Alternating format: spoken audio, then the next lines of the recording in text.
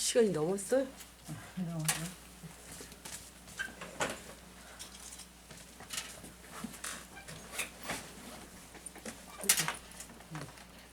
딱 먹었다 이거. 성형제. 하나 사야 돼. 저거는 1193장인데요. 그러면 제가 달릴 거예요. 53장이요? 1193장. 세찬송가. 새찬송가는 393장, 옛날 찬송가는 447장인가? 447장만 펴봐요. 오신시란 맞아요? 아닌데 이 세상 끝날까지. 오신실하신 주. 네. 447장. 옛날 이상한 건가 봐. 저희가 딴 거. 447장. 아니 이건 안 맞아요. 저희가 아까 447장이고 이거 하나는 393장. 네. 새찬송가. 개혁한 거는 397장. 네. 397장. 393장. 옛날 거는 447장. 네, 447장. 잠깐만요. 390. 그거는 447이잖아. 옛날 거 447. 이거는 이거 같이 보죠 뭐. 여기 오신실하신 주. 네, 맞아요. 되겠다. 여기 있어. 찾았어. 오신실하신 주 내 아버지여 늘 함께 계시니 두려움없네 그 사랑 변찮고 날 지키시며 어제나 오늘이 한결같네 오신실하신 주 오신실하신 주 날마다 자비를 베푸시며 일용할 모든 것 내려주시니 오신실하신 주 나의 구주 봄철과 또 여름 가을과 겨울 해와 달 별들도 다 주의 것 만물이 하나로 드러내두다 신실한 주 사랑 나타내네 오신실하신 주 오신실하신 주 날마다 자비를 베푸시며 일용할 모든 것 내려주시니 오신실하신 주 나의 구주 내 죄를 사하여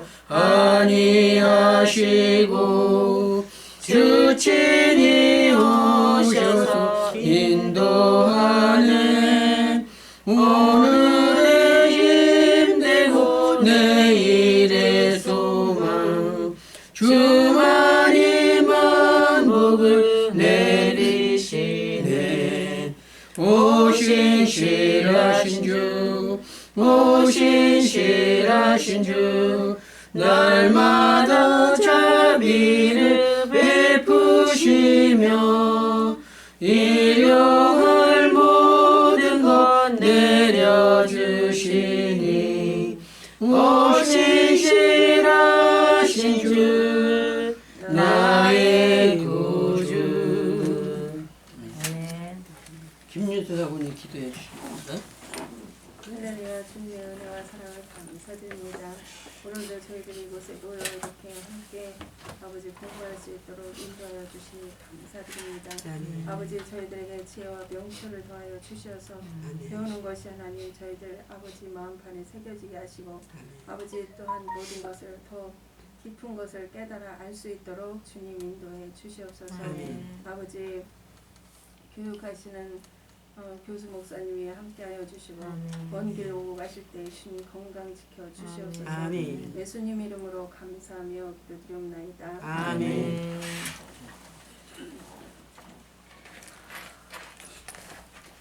자, 오늘은 108페이지인데요.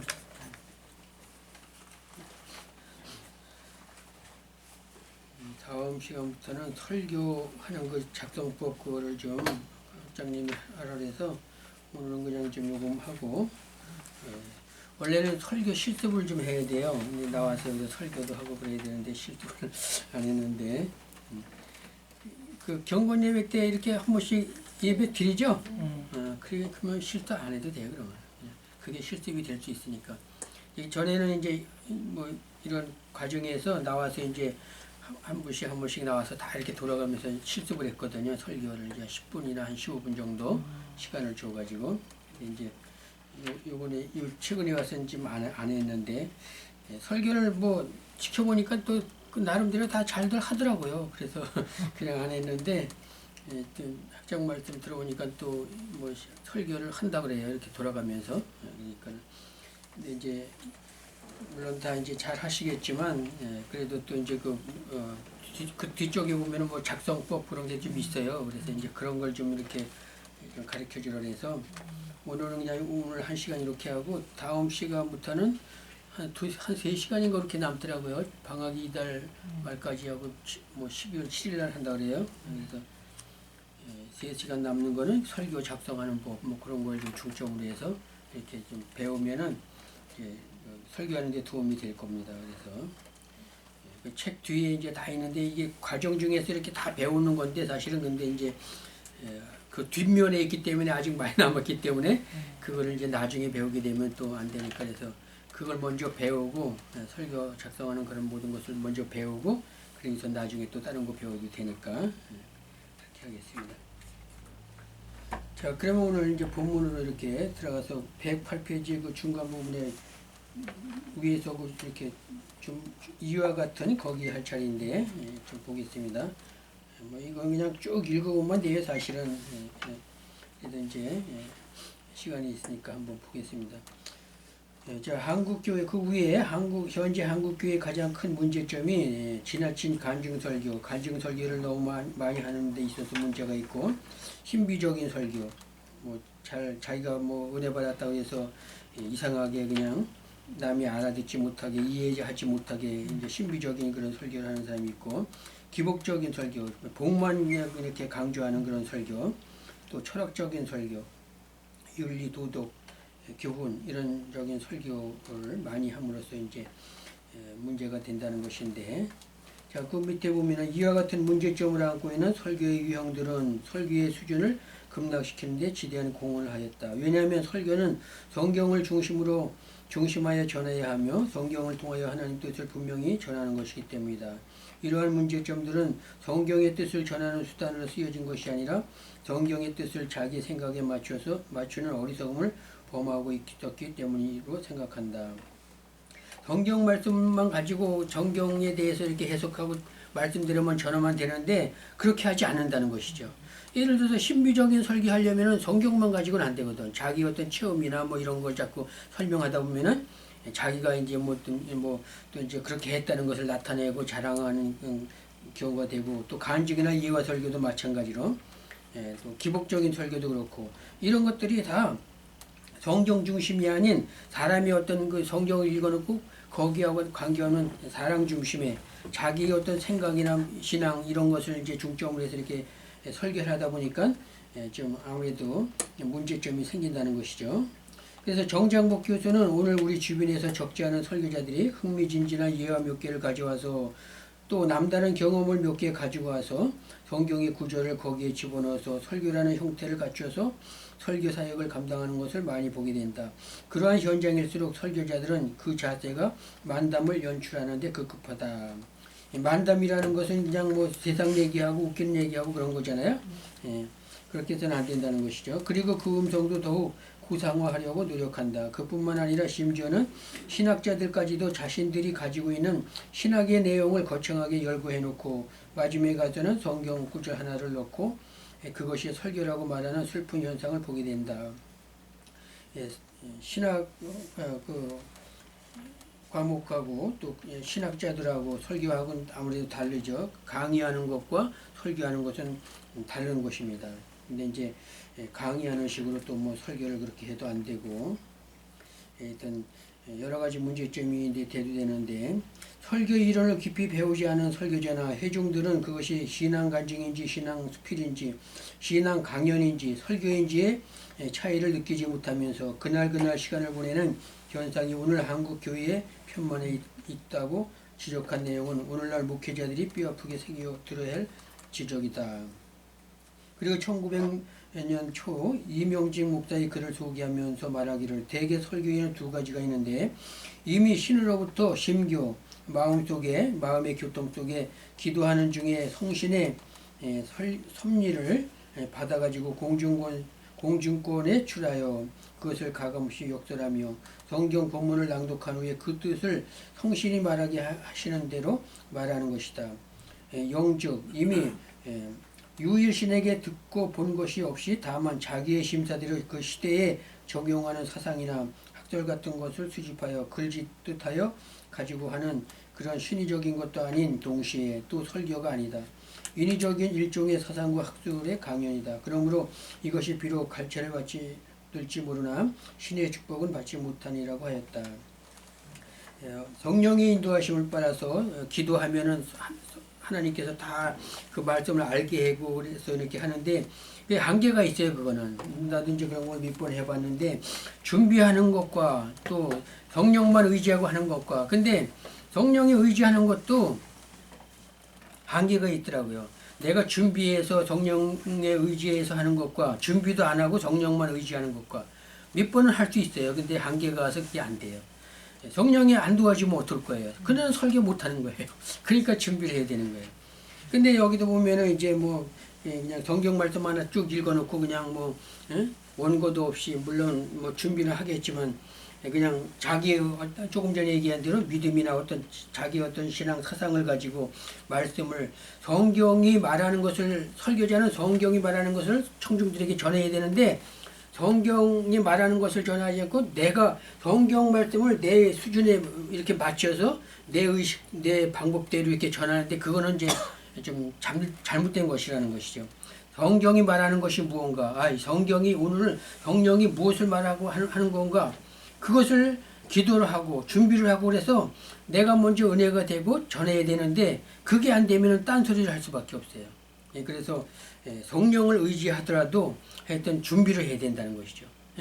원고를 준비하든지 아니면 뭐 아웃라인을 준비하든지 기도를 많이 하든지 그렇게 해서 어떤 전해야 될 그 내용을 가지고 나와야 될 거 아니에요. 그렇죠? 근데 그런 거 없이 무조건 성령만 의지하고 하나님이 알아서 하세요. 나 성경만 읽어놓고 성령이 말하는 대로 할게요.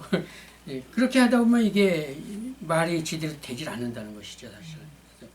그래서 하여튼 준비를 해야 됩니다. 준비를 해야 되고 자기 어떤 뭐 학식이나 또 믿음 또 그런 거 뭐 신앙 또 연도 경륜 이런 걸 가지고 전하는 것은 이렇게 실수가 많이 있을 수가 있고 또 여기 이도 있듯이 어떤 일종의 인위적인 사상이나 학술의 강연이지 올바른 설교는 아니라는 것이죠.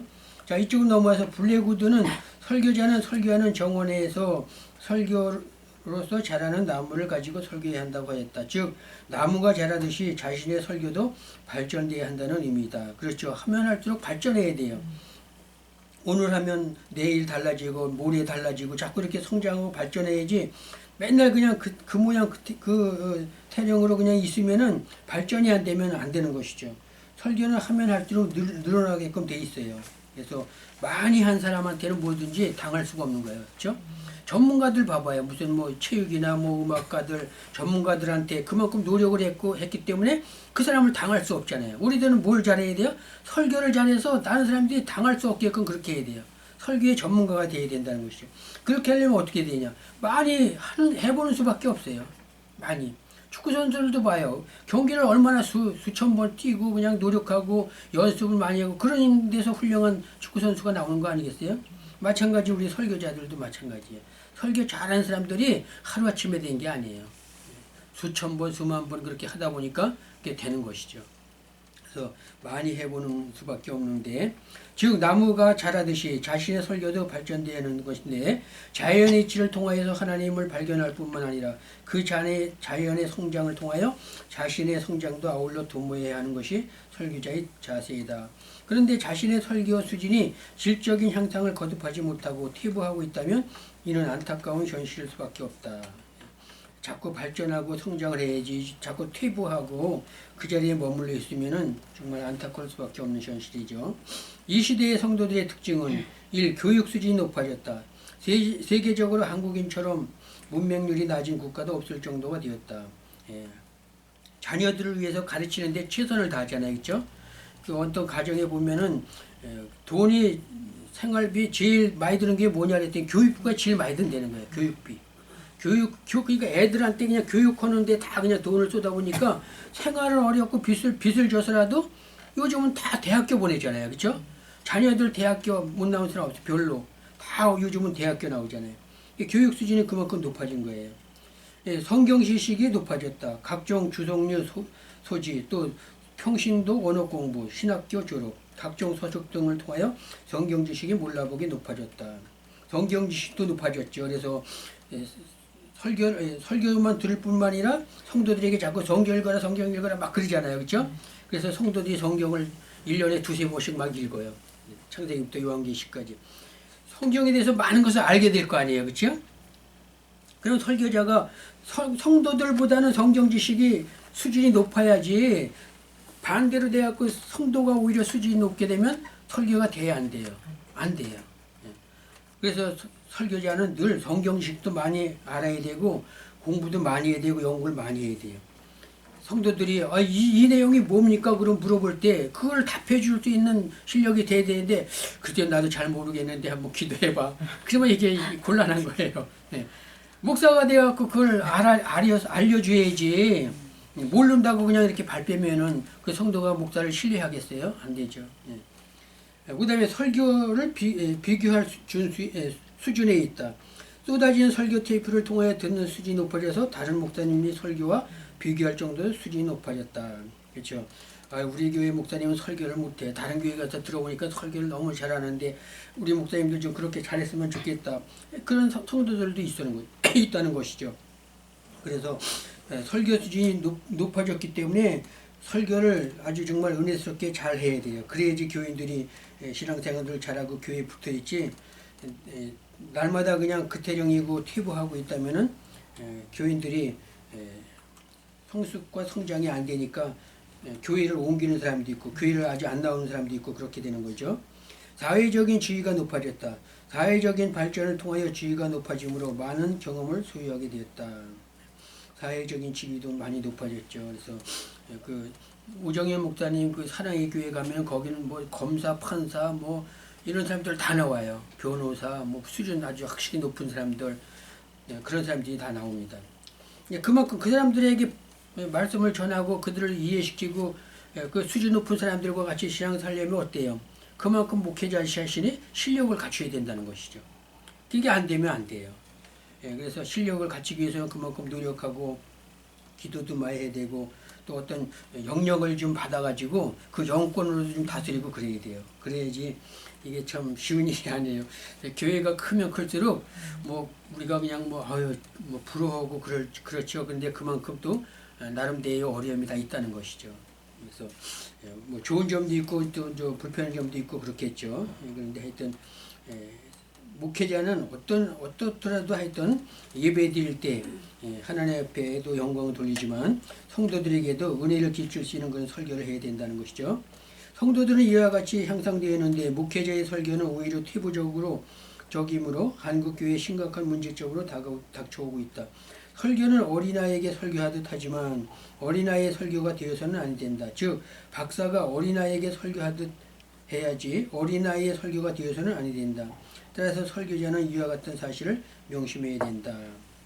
그래서 어딜 가서 설교하든지 어린아이에게 설교하듯 하는데, 그러나 어린아이가 설교가 아니라 박사가 어린아이에게 설교하듯 그런 식으로 이제 해야 되는 것이죠. 그러니까 그만큼 실력을 갖춰서 이렇게 잘 하라는 것이죠. 자, 그 다음에 성경의 본문을 깊이 있게 해석하라. 요즘은 일반적으로 쉽게 들을 수 있는 설교가 유행이다. 물론 설교는 누구나 들을 수 있게 하면 분명한 사실이나 그렇다고 들을 것 없는 설교, 들을 것 없는 항상 그 설교, 윤리 도덕적인 교훈은 설교의 질적 수준만 저하실 뿐입니다. 따라서 목회자의 설교는 성경 본문을 깊이 해석하여 청중들로 하여금 생생한 하나님의 원음을 듣는 듯한 그런 기쁨을 누릴 수 있도록 노력하고 헌신을 해야 된다. 그래서 올바른 설교는 성경 본문의 내용을 깊이 있게 해석하되 방법, 누구나 들을 수 있게 쉽게 표현해야 된다. 그렇죠? 성도들은 뭐 수지 높은 사람도 있고 낮은 사람도 있고 또 배우지 못한 사람도 있고 배운 사람도 있고 그렇잖아요. 그러니까 그 사람들이 다 좀 알아들을 수 있게 쉬운 것으로 이렇게 쉽게 표현해야 되는 것이지, 높은 사람한테 수주를 맞추면 낮은 사람이 모르고 낮은 사람한테만 또 수주를 맞추다 보면 높은 사람들이 또 너무 좀 식상하고 그러니까 그것을 이제 잘 이렇게 조화 있게 준비를 해서 설교를 해야 되는 것이죠. 자, 한국 교회는 굉장히 넓은 강이지만 그러나 수심은 굉장히 얕은 강이다라는 어느 외국 학자의 진단은 오늘날 우리 교계를 잘 묘사하고 있다. 이는 한국 교회가 성장을 하였으나 성숙하지 못한 결과임을 기억해야 된다. 그렇죠? 성숙과 성장은 달라요, 그렇죠? 성장은 이렇게 점점 잘하는 거고 성숙은 점점 익어가는 것이죠, 그렇죠? 그래서 좀 다른 것인데 교회 성장과 교회 성숙은 반드시 일치하는 것이 아니다.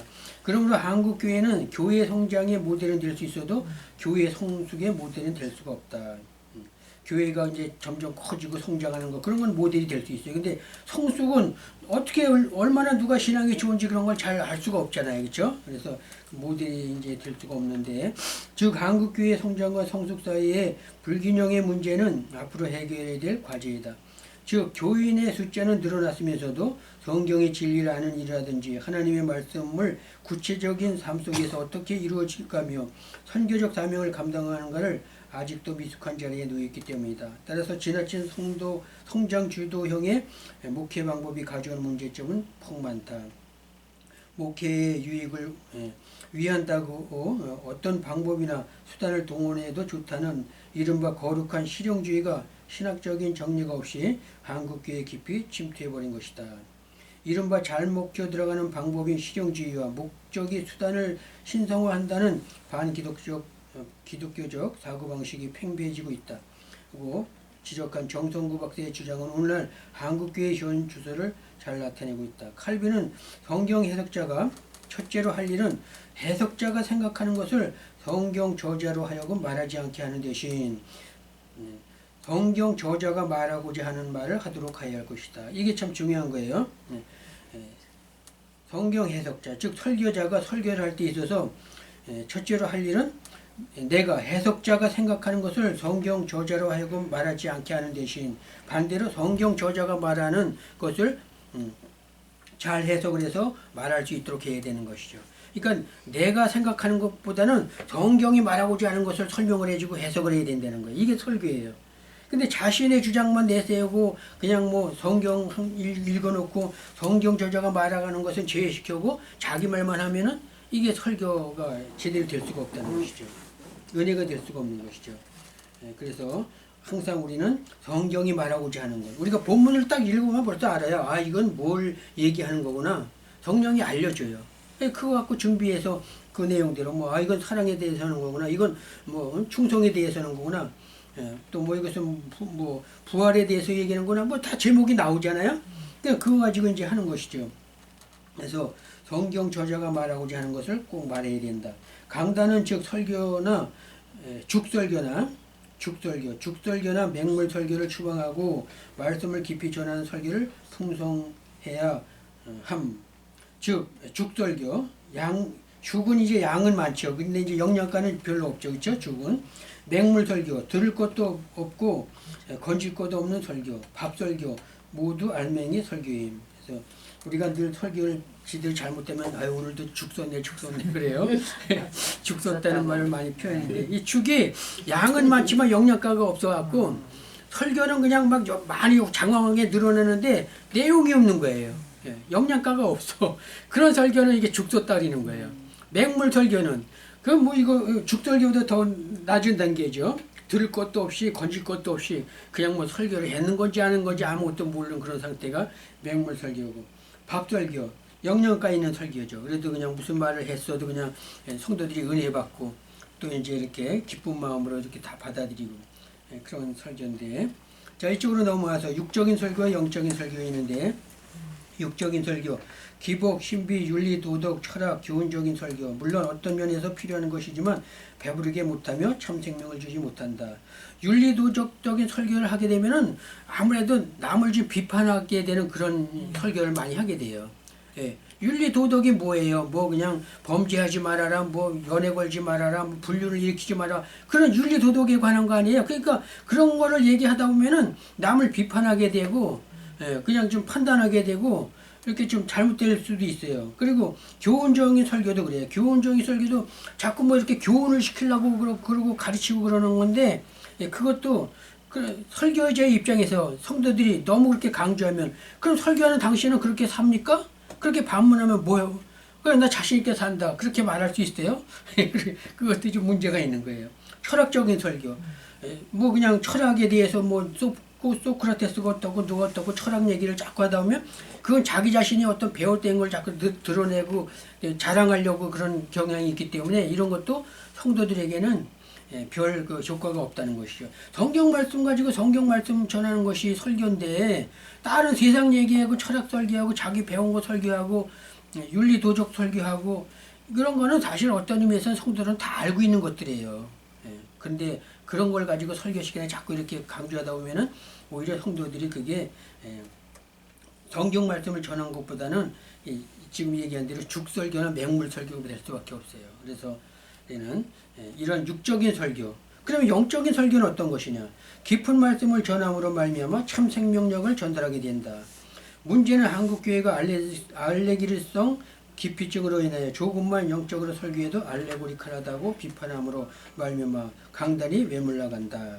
이 알레고리칼이 하다는 것은 이제 풍류적, 은유적, 풍류적으로 이제 해석을 하는 것인데, 그러니까 뭐 성도는 잘 알지도 못하는 것을 이렇게 자꾸 전달하고 그럼으로써 어째 뭐 은유적인 뭐 이렇게 감춰진 그런 걸 얘기하는 거 아니에요? 풍류적, 잘 알지도 못하는 것인데 이제 이렇게 풍류에 의해서 이렇게 해석하고 풍류적으로 해석하고 그런 걸 이제 알레리칼 하다고 그러는 것인데, 이런 것 이렇게 좀 영적으로 설교하면 그것을 좀 받아들이고 이제 이렇게 이해를 하고 그래야 되는데, 성도들의 입장에서 이게 좀 쉬운 일은 아니에요, 그렇죠?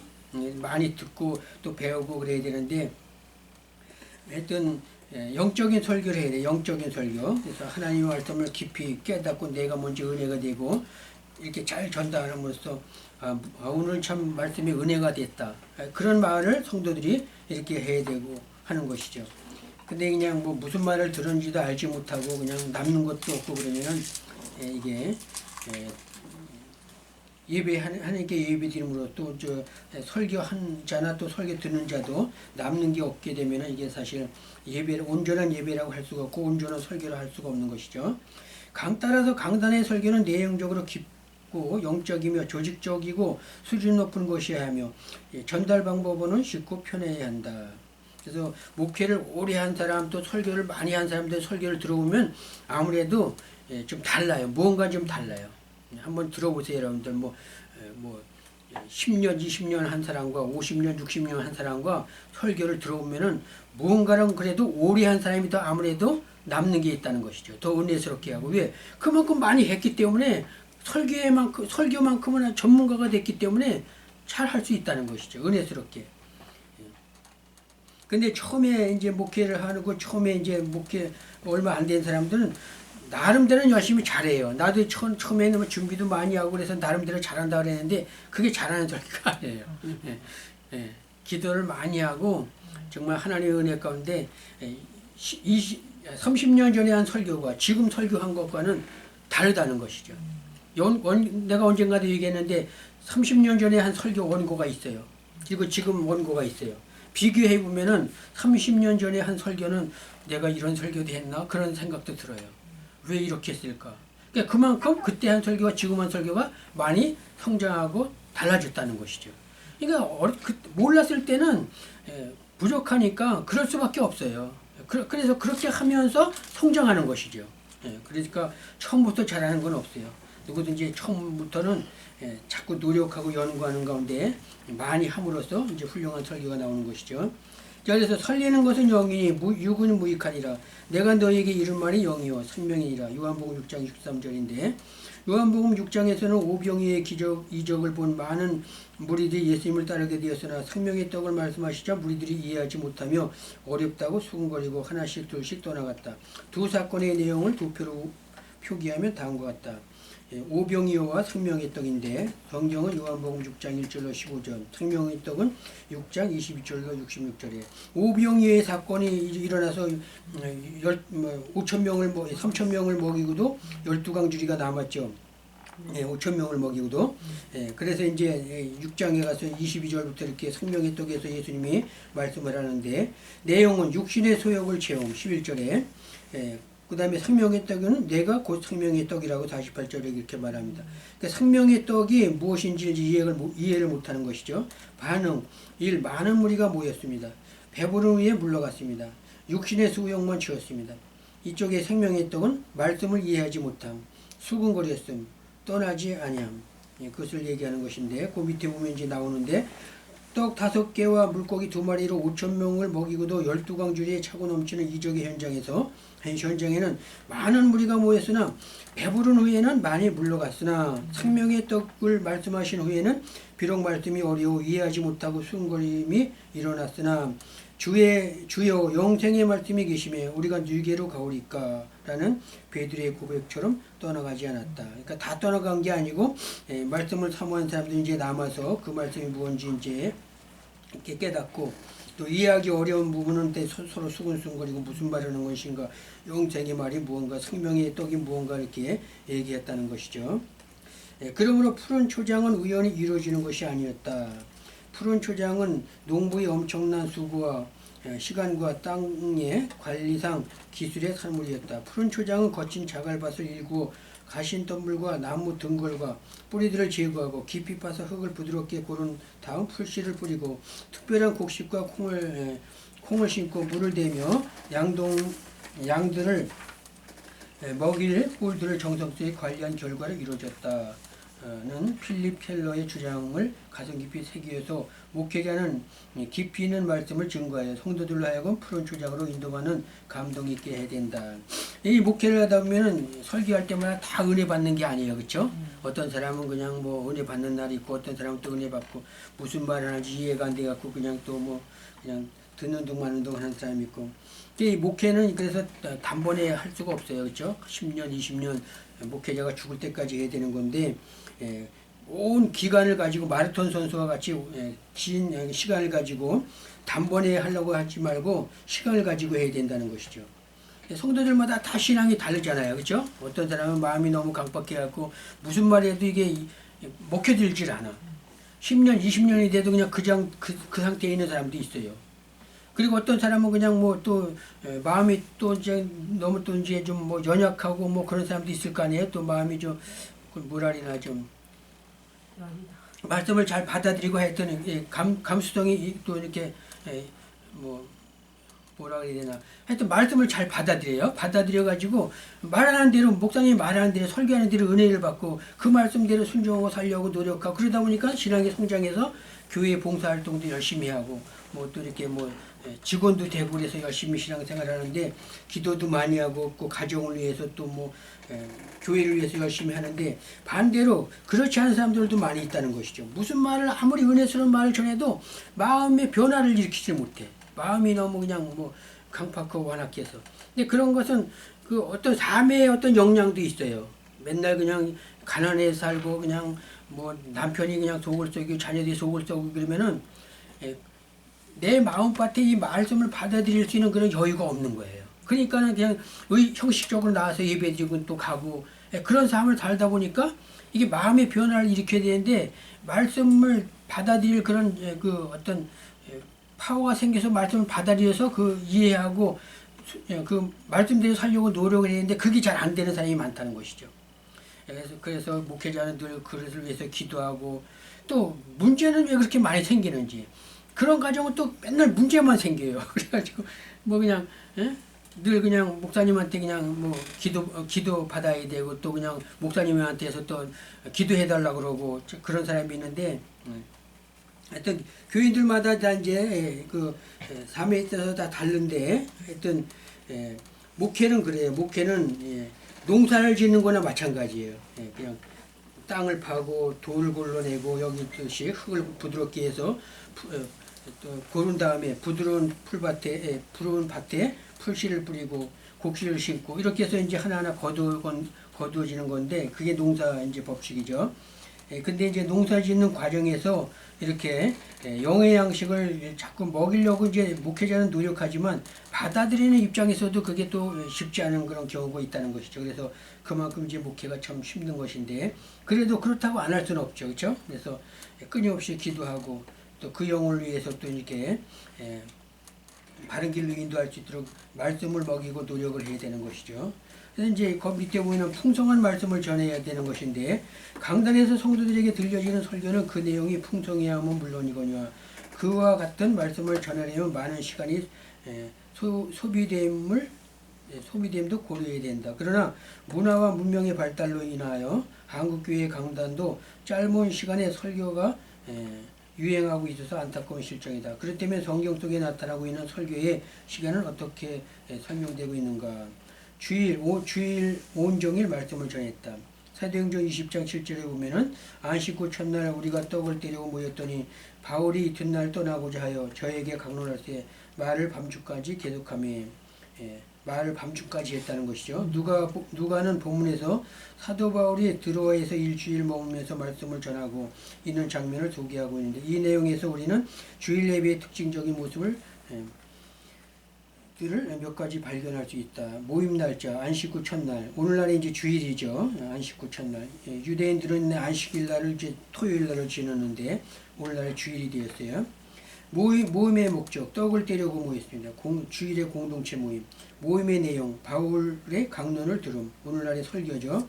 모임 시간 밤중까지 계속 주일 하루를 예배드림.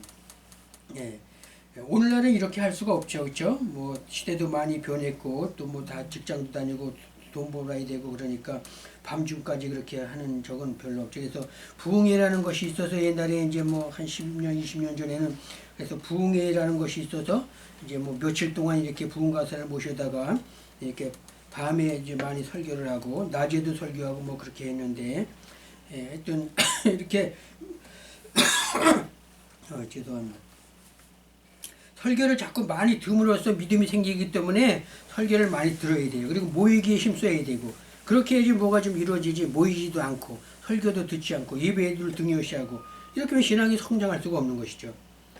물론 본문은 사도 바울이 드로아에서 일주일 머물고 떠나기 전에 밤에 일어난 사건임을 감안해야 한다. 그러나 초대교회 교인들이 주일 예배를 드린 시간을 보면 설교에 소요되는 시간만 하여도 어림잡아 6, 7시간 이상일 것이다. 왜냐하면 안식 후 첫날이라면 유대적인 표현인데 유대적인 시간법으로는 해가 지면서 새로운 날이 시작되는 것이므로 오후 6시 이후임을 알 수가 있다. 그리고 밤중까지 계속됨이라는 표현에서 우리 시간상으로 보아 12시 정도로 볼 때 이날 드렸던 예배 시간은 6시간 이상이 되었음을 짐작할 수 있다. 그러니까 저녁 6시부터 12시, 밤 12시까지 이렇게 계속 예배 드렸던 것을 알 수가 있죠. 초대교회에는 뭐 이런 식으로 이제 예배를 드리고 부흥의 시간도 마찬가지죠. 옛날 지금은 짧았지만 옛날에 부흥회하면 2-3시간씩 하고 그랬어요. 근데 지금은 그렇게 하면 또 뭐 너무 길다 그러고 뭐 그냥 그러니까 그렇게 못했는데 근데도 은혜를 끼치면은 2-3시간은 뭐 아무것도 아니에요. 은혜를 그 듣는 사람들이 은혜를 받으면은 시간이 문제가 안 되는 것이죠. 2시간이고 3시간이고. 나도 그 윤석전 목사님이 저 식돌산 기도원에서 이제 한번 집회를 하는데 갔는데 7시간을 설교 들어봤어요. 7시간. 근데도 성도 거긴 다 목회자들만 모이는데요. 목회자들이 은혜가 되니까 꼼짝도 안 하고 다 듣는 거예요, 그냥. 다 들어요.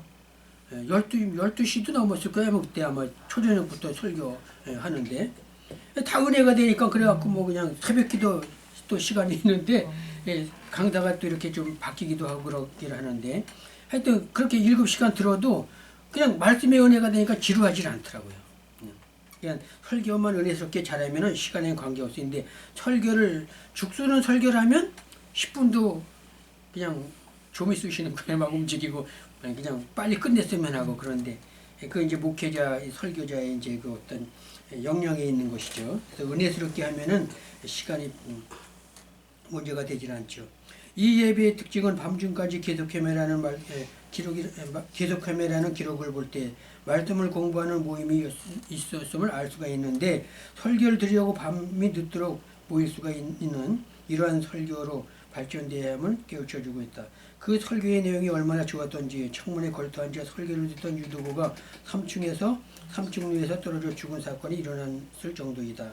설교를 듣다가 이제 3층 그 누에서 계단에서 떨어졌다는 것이죠. 그래서 죽었는데 결국은 다시 이제 살려줬죠, 바울이. 초기 한국 교회는 초대교회의 예배처럼 긴 설교가 유행되었으나 요즘의 설교는 20분에서 25분 설교가 유행하고 있다. 그 이유는 인간의 집중력이 가장 효율적인 시간은 20분이기 때문에 설교도 20분이 가장 효과적이라는 근거로 적용되었다. 캐톨릭은 의식에 치중하여 설교의 시간은 5분도 되지 않으나 개신교는 말씀에 강점을 두고 있으므로 예배의 중심은 설교에 있다. 그렇죠. 캐톨릭은 의식이 많아요. 의식. 그냥 찬양하는 시간도 많지만 또 이렇게 이것저것 의식하는 게 많잖아요. 그래가지고 설교 시간은 5분. 근데 반대로 우리 개혁교회 기독교는 반대로 설교가 30분 50분 그렇게 했는데 지금은 많이 줄여서 20분 25분 그렇게 합니다. 근데 은혜스러운 설교라면은 시간에 관계없이 얼마든지 오래 할 수 있어요. 근데 주일 예배는 어때요? 보통 20분 넘어가면 벌써 그냥 성도들이 인상이 달라져요. 빨리빨리 끝냈으면 하는. 바쁘니까 또 오후에 약속도 있고 그러니까 또 그냥 빨리 끝내길 원하는데 어떤 의미에서는 이게 하나님 앞에는 좀 좋지 않은 거예요. 그렇죠? 왜냐면은 예배는 누구한테 드려요? 사람 중심의 예배가 아니잖아요. 그렇죠? 하나님께 드리는 것이기 때문에 하나님 중심이 돼야 돼요. 그래서 시간에 관계없이 성령이 인도하는 대로 성령이 설교자를 사용하는 거잖아요. 하나님의 말씀을 대언하는 거잖아요. 그러니까 시간에 관계없이 이렇게 해야 되는데 20분만 넘어가면 벌써 인상을 쓰고 그러기 때문에 이걸 또 끝낼 수밖에 없어요. 근데 이게 누굴 비유 맞추는 거예요? 사람 비유 맞추는 거잖아요, 사실은. 이거 저 사람 또 인상이 달라니까 빨리 끝내줘야 되겠다. 이게 안 돼. 그렇게 하면 안 되는데 한국교회 목회자들이 어느 순간에 그렇게 되어가고 있어요, 지금. 그래서 사람을 비유를 맞추고 장로가 저기서 인상을 쓰고 있으면 빨리 끝내야 돼요. 장로 또 잘못 건드리면 또 그냥 잘못될까 봐. 그러니까 목회자가 그런 어떤 영권이나 권위 그런 게 없으면은 사람들 눈치를 보게끔 된다는 것이죠. 그래서 설교도 그냥 줄여야 되고 뭘 행사 그런 거 하려 해도 교회들 눈치 봐야 되고. 근데 그런 식으로 하면은 이게 얼마 못 가요, 사실. 목회하기가 힘들어요, 그리고. 그래서 설교를 아주 은혜스럽게 잘하고 영역이 있고 영권이 있어가지고 그냥 아주 뭐라 그러면 그냥 아주 한마디 확 하면 그냥 성도들이 꼼짝 못해요. 그런 어떤 영역이 있어야 돼요. 목회자는.